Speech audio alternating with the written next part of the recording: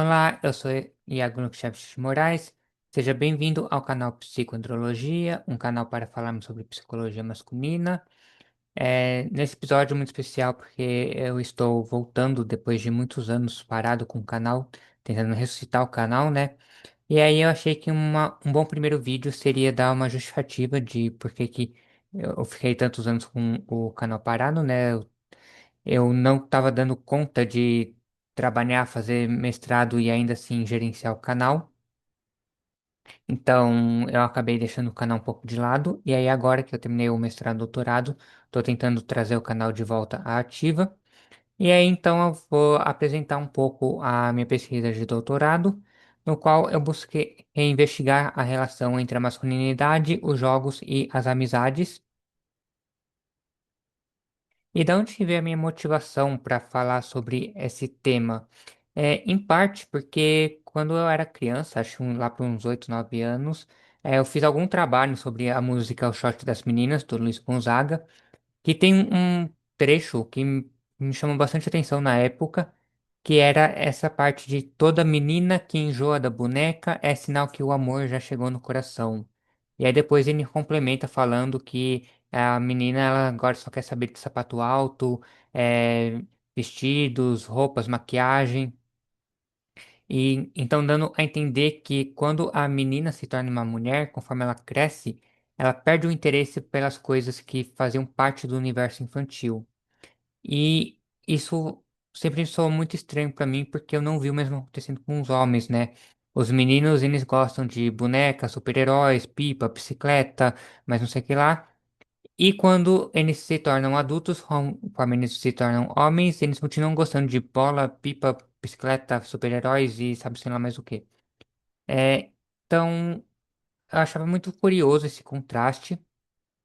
E na adolescência, esse tema ele acabava voltando involuntariamente, porque eu tive professoras, é, não sei se eu posso dizer que misândricas, porque achei naquela época não chegava a ser um discurso tão agressivo contra os homens como que eu vejo hoje em dia, mas que brincavam, falavam na zoeira, é que homens amadurecem mais devagar do que as meninas e que esse interesse dos homens por futebol ou outras coisas que fazem parte do universo infantil seria uma prova disso, ou talvez uma prova até de que os homens, na verdade, nunca amadurecem de verdade, eles nunca se tornam adultos.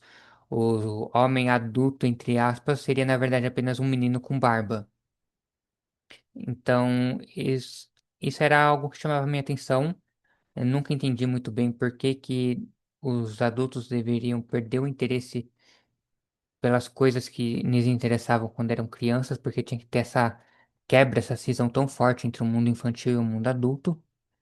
E no mestrado, é, eu vi que tinha uma ideia que se repetia muito forte, um pouco na literatura científica, mas muito mais no senso comum, na cultura pop, na comunidade de jogadores, que era representada por uma frase geralmente atribuída ao filósofo grego Platão, que é você pode aprender mais sobre uma pessoa em uma hora de jogo do que em um ano de conversas.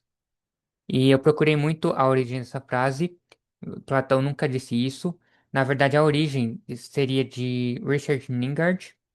Não é ninguém famoso, nem que vocês devam conhecer, mas que ele estudava, não lembro se em Oxford ou em Harvard agora. Mas ele, no último ano da faculdade, ele escreveu um livro de bolso, Conselhos de um Cavaneiro a um Jovem Ingressante na Universidade, no qual ele dava algumas dicas para os calouros que estavam entrando na universidade. E aí, uma das dicas que ele dá é: se quereis ler a disposição de um homem, vede-o jogar. Então sabereis mais dele em uma hora que em 7 anos de conversa.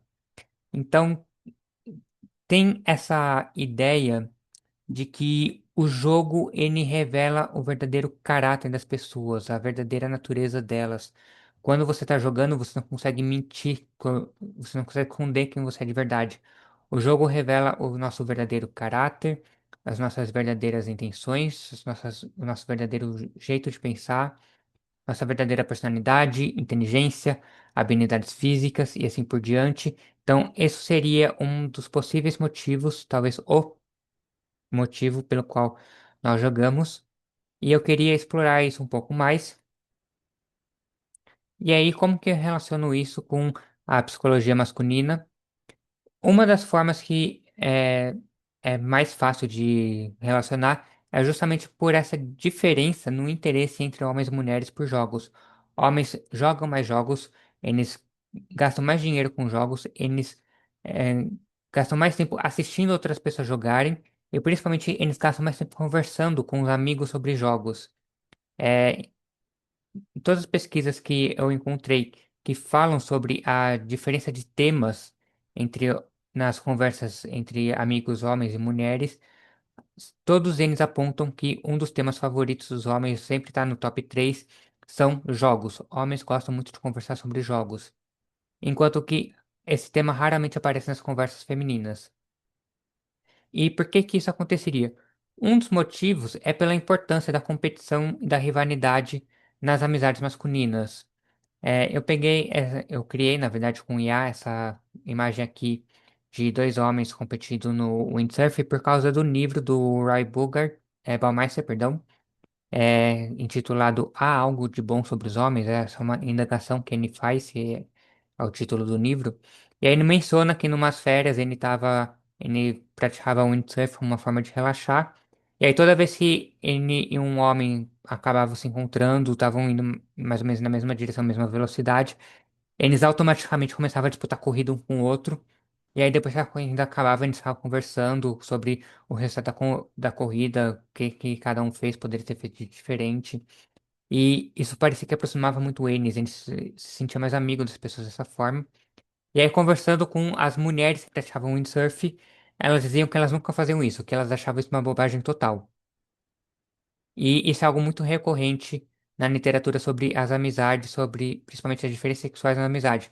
Os homens, eles consideram a competição como algo muito importante, como algo que faz com que eles se sintam mais próximos. Inclusive, além do canal aqui no YouTube, para quem prefere ler, eu estou escrevendo também o, em blog no Substack. Se quem tiver interesse, se inscreve lá também. E aí, no Substack eu já fiz um vídeo, eu já fiz um texto que eu pretendo trazer aqui para o YouTube também, sobre a importância do rival amigo. Aquela coisa da cultura pop, a gente vê muito em desenho, é, Sasuke e Naruto, Goku e Vegeta, um pouco Super-Homem e Batman. São dois personagens que eles são. Você não sabe muito bem se eles são amigos ou inimigos, porque ao mesmo tempo parece que um tá sempre tentando matar o outro, eles se importam muito com o bem-estar um do outro. Quando o vilão, entre aspas, é, o vilão ele tá sempre tentando matar o protagonista. Mas aí a hora que aparece um outro vilão que tá quase conseguindo matar o protagonista, o primeiro vilão, ele aparece para salvar o protagonista e diz: Você não, eu não aceito que você morra para ninguém exceto para mim." Acho que o Vegeta tem uma frase dessa no Dragon Ball. Ele salva o Goku e fala: Eu não aceito que você perda para ninguém além de mim. Só eu posso te matar.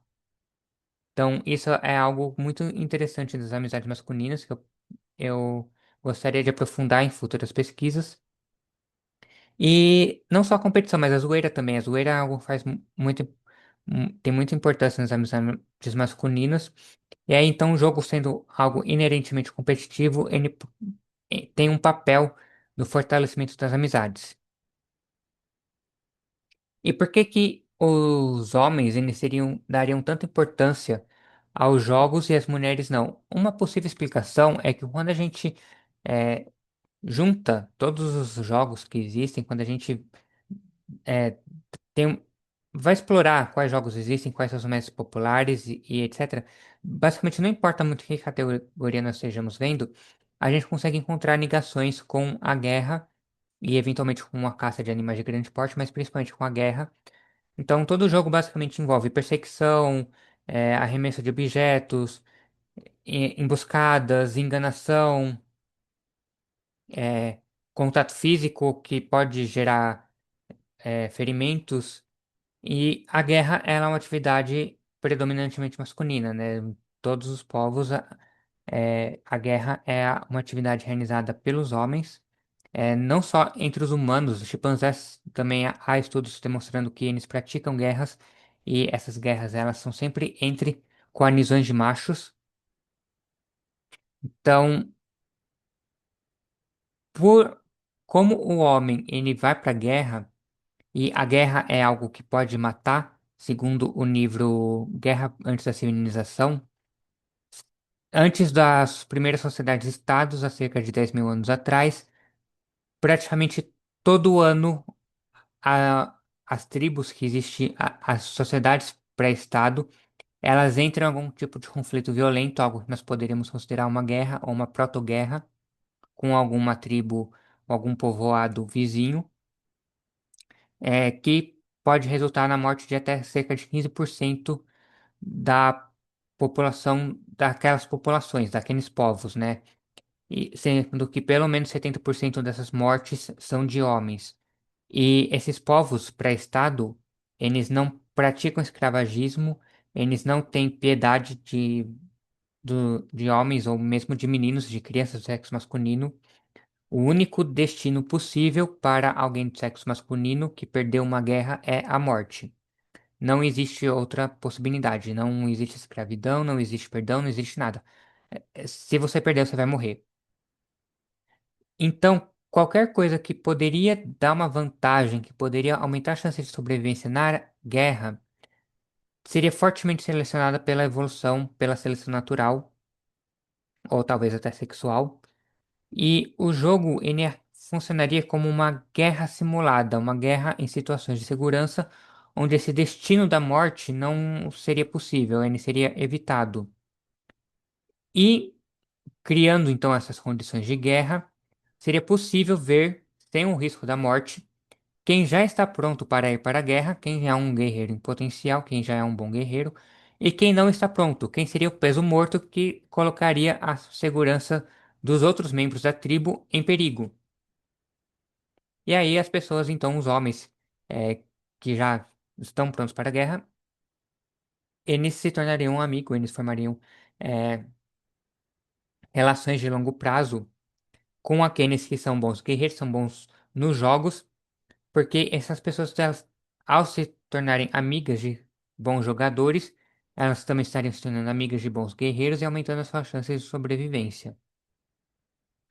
Para testar essa hipótese, essa teoria, eu fiz dois experimentos. O primeiro foi no laboratório, foi um experimento empírico, no qual eu juntei 40 pessoas, 20 homens, 20 mulheres, em pares do mesmo sexo, então sempre dois homens ou duas mulheres. Essas pessoas elas não se conheciam, não tinham nenhum tipo de contato, conhecimento prévio uma com a outra. E aí eu pedi para elas irem para o laboratório e responderem o questionário o que elas achavam da outra sem interação nenhuma. Simplesmente elas respondiam o questionário contendo algumas características consideradas desejáveis em amigos. Então, se você acha que aquela pessoa é uma pessoa fisicamente atraente, se você acha que ela é uma pessoa bonita, se você acha que ela é alguém que tem um alto status, e também o quanto ela se sentia íntima, próxima dessa pessoa. Então, se ela se achava que aquela pessoa seria uma boa amiga, se ela sentia à vontade para conversar com aquela pessoa, se ela convidaria aquela pessoa para passar a tarde na casa dela. E a intenção então era ver se é, as pessoas que eram percebidas como tendo um maior valor também eram aquelas que geravam maior intimidade, e se o jogo ele facilitava essa formação de amizade, ou pelo menos ela convergia mais rápido para uma opinião. Cada vez que você interage com uma pessoa, a sua opinião sobre essa pessoa muda. Mas, em tese, quanto mais vezes você já interagiu no passado, mais conhecimento você já tem sobre aquela pessoa, então mais difícil de mudar a opinião sobre aquela pessoa. Porque você já tem uma ideia, você já sabe o que esperar daquela pessoa.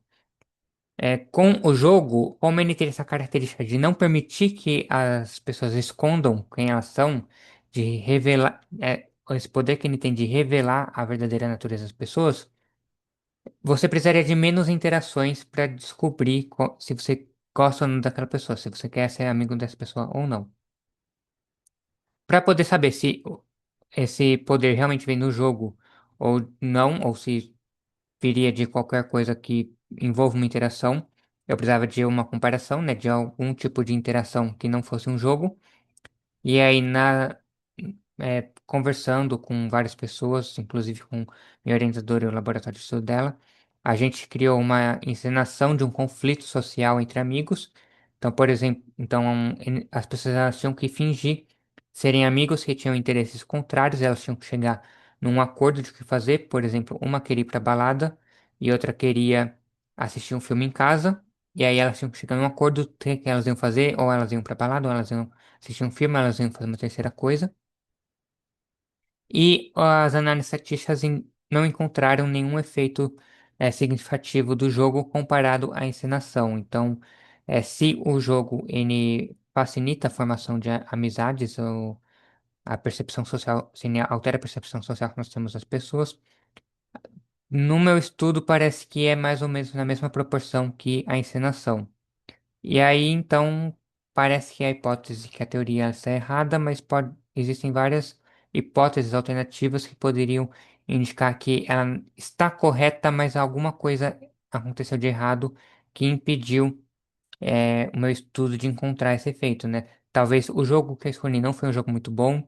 Eu escolhi o Trinia, é um jogo bem antigo, vocês podem ver, tem até gravuras medievais dele. Provavelmente você que está assistindo já jogou ele na infância, só talvez não soubesse o nome dele ou as regras, acabou jogando de é, qualquer jeito com regras improvisadas. Mas é um jogo fácil de encontrar, popular, que eu escolhi ele justamente por essa característica de ser de fácil acesso, mas não ser tão famoso, tão conhecido a ponto de existirem estereótipos sociais de quem joga esse jogo é uma pessoa inteligente, por exemplo. E talvez isso seja um problema, talvez o estereótipo social seja necessário para você convergir e ter uma ideia de se aquela pessoa é um bom amigo ou não. Outra possibilidade foi o tempo de interação. Eu pedi para as pessoas, eu repeti o experimento 3 vezes, ou seja, cada pessoa ela jogava ou ensinava até 3 vezes no intervalo de mais ou menos um mês. Isso talvez seja pouco, talvez as pessoas precisassem de mais interação para poder detectar os efeitos. Mas talvez o problema principal seja que eu não posso recriar no laboratório as condições que supostamente levaram ao surgimento do interesse em jogos na espécie humana. Como, se vocês bem lembrarem, eu falei que o jogo ainda existe como uma forma de aumentar nossa chance de sobreviver à guerra. E eu não posso pedir para as pessoas interagirem umas com as outras e decidirem se elas querem ir para a guerra com o parceiro ou não. Você escolhe se você quer ser amigo dessa pessoa ou não e depois vai para uma guerra. E vamos ver se você volta vivo. Eu não posso fazer isso. Então, o segundo estudo que eu fiz foi uma simulação computacional, no qual eu criei milhares de comunidades virtuais, compostas por 100 homens.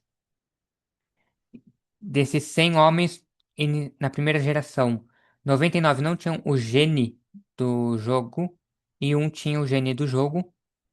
E aí eles tinham que formar amizades uns com os outros e depois ir pra guerra. E ver se eles conseguiam sobreviver. Quem sobrevivesse tinha filhos que herdavam se eles o gene do jogador ou do não jogador. E os jogadores, eles usavam, eles escolhiam quem eles seriam ser amigos ou não. Eles usavam um jogo que media o quão bom guerreiro as pessoas eram ou não.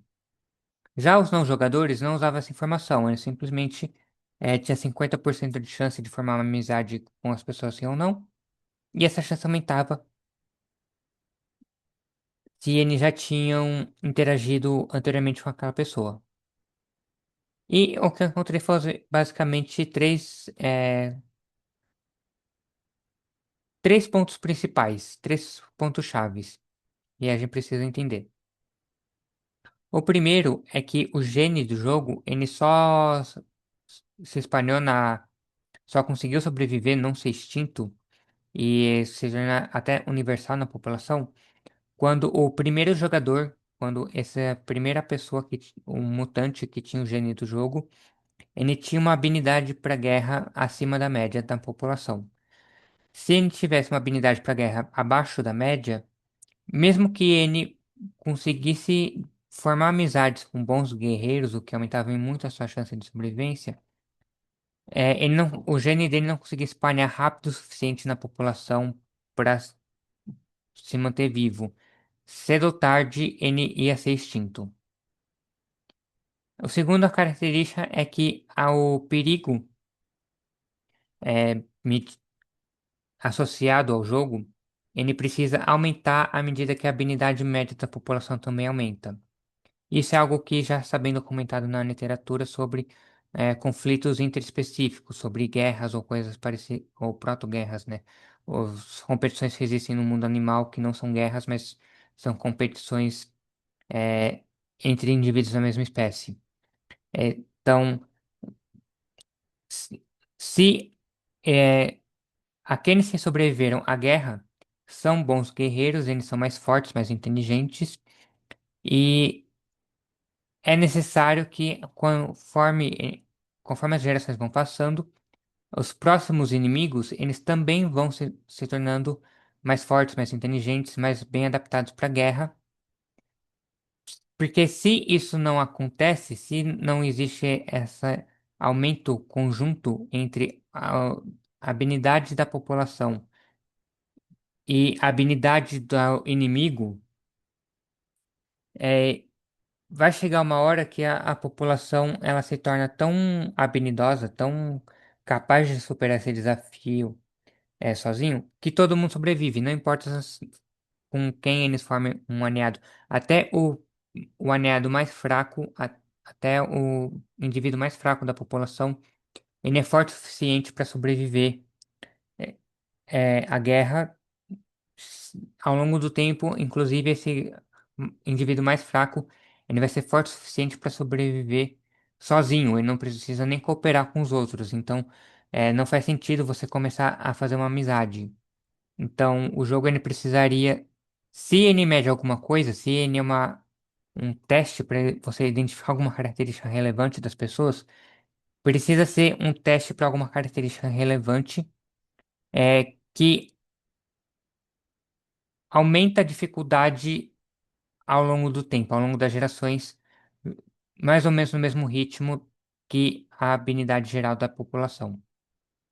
E a gente tem bem documentado que a guerra, ela tem essa característica. E um terceiro resultado que foi surpreendente é que a memória ela não importava. N- Não importava se os jogadores e os não jogadores eles se lembravam com quem eles tinham compartilhado,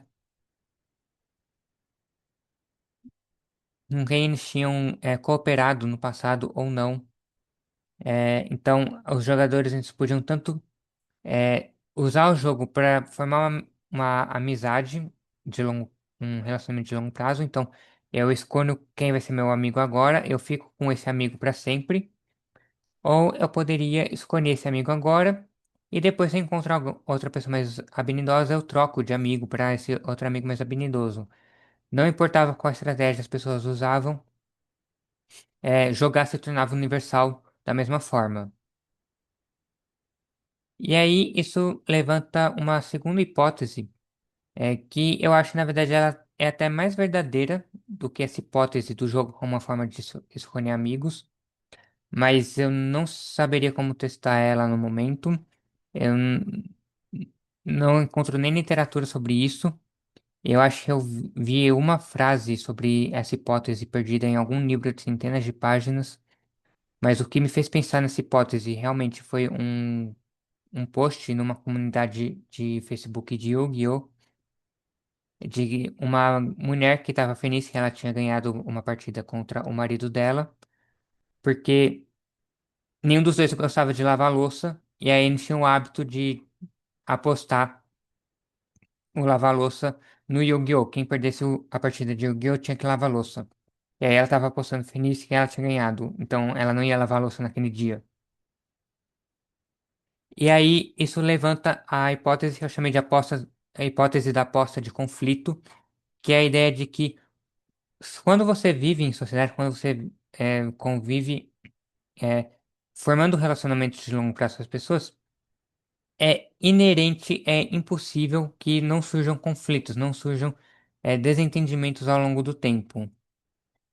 E se a gente tenta resolver isso de forma civilizada, com as pessoas apresentando argumentos pró e contra e tentando convencer a outra pessoa a mudar de ideia, isso pode demorar muito tempo, isso pode gerar um desgaste emocional muito grande que leva ao rompimento da relação. O jogo ele pode surgir como uma forma de evitar esse rompimento. Então você aposta o resultado, a decisão no jogo. O perdedor tem que fazer aquilo que o vencedor determinar. Isso permite resolver os conflitos de forma muito mais rápida e você evita o desgaste emocional, porque ao invés de sentir raiva da pessoa, você sente raiva do resultado. E aí você pode pensar, ah, essa pessoa só teve sorte agora, da próxima eu ganho, ou não. Eu preciso descobrir uma forma de aumentar minhas chances de vencer, eu preciso treinar aqui, pensar em mudar de estratégia. E aí você evita, então, o desgaste com a pessoa, você evita a raiva com aquela pessoa. E você desvia o foco para o jogo. Isso acaba protegendo o relacionamento da dissolução. É uma hipótese que a minha simulação computacional ela indica ser plausível, mas eu não testei ela diretamente, eu não nem sei exatamente como eu faria para testar isso. Mas é algo a se pensar, a ser estudado no futuro. Então, os jogos, apesar das pessoas elas relatarem que elas jogam porque elas se sentem mais próximas umas das outras após o jogo, acho que existe uma percepção social de que as pessoas jogam para formar, manter as suas amizades, de que isso aumentaria a amizade. A minha pesquisa ela indica que isso não é necessariamente verdade. Existem algumas condições necessárias para isso poder acontecer. É, mas os jogos, eles talvez tenham sim essa capacidade de revelar o caráter, a competência das pessoas, e isso teria um valor de sobrevivência muito forte, principalmente para os homens ao longo da nossa história evolutiva.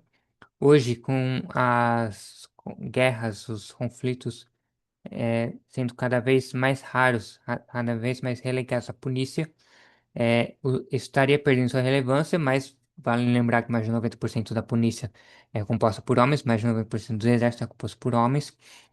Inclusive, o estudo científico dos jogos, eles começam no meio militar, é, a relação entre os jogos, tanto jogos de lazer, os jogos comerciais, com a área militar, ela é muito forte. O primeiro videogame ele também surge como ele surge na área militar, né? Era um radar, se eu não me engano, que foi adaptado por soldados que estavam meio entediados e aí transformaram aquilo num ping-pong. Então, a relação entre a área militar e os jogos era muito forte. Então, pode ser que exista, essa seja a origem desse interesse que os homens têm pelos jogos, porque os jogos revelariam quem vale a pena ser amigos, quem seriam bons amigos, porque elas revelam quem são bons guerreiros. E é isso, espero que vocês tenham gostado. Não esqueçam de deixar a curtida, o comentário de vocês, compartilhem com os amigos. Se inscrevam no canal se ainda não tiverem inscrito. Se inscrevam no Substack. Eu vou deixar no link da descrição desse vídeo. Eu vou deixar na descrição desse vídeo o link para o artigo completo com os resultados, quem tiver interesse. E vejo vocês na próxima. Até mais.